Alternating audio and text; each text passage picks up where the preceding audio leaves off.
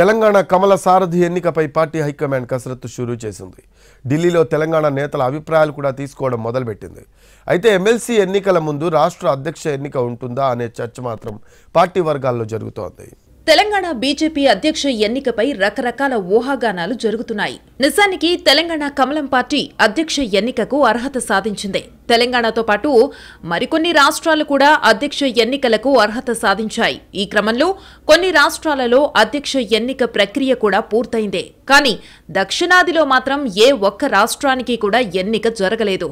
తెలంగాణ, ఆంధ్రప్రదేశ్, కర్ణాటక, తమిళనాడు రాష్ట్రాలలో అధ్యక్ష ఎన్నికలు పెండింగ్లో ఉన్నాయి. ఈ రాష్ట్రాలకు అధ్యక్ష ఎన్నికలు ఎప్పుడు పూర్తవుతాయనే చర్చ జరుగుతోంది.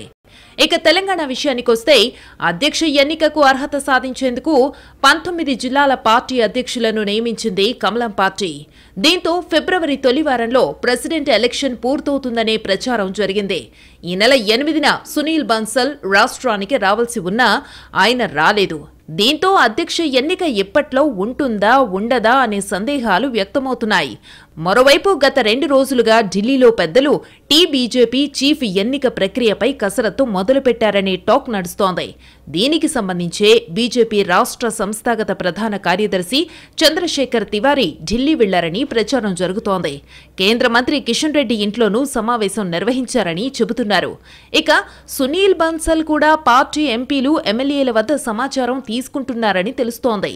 మొత్తానికి తెలంగాణ బీజేపీ రథసారథి ఎన్నికలపై కాషాయ పార్టీ ప్రక్రియను స్పీడప్ చేసినట్టు తెలుస్తోంది.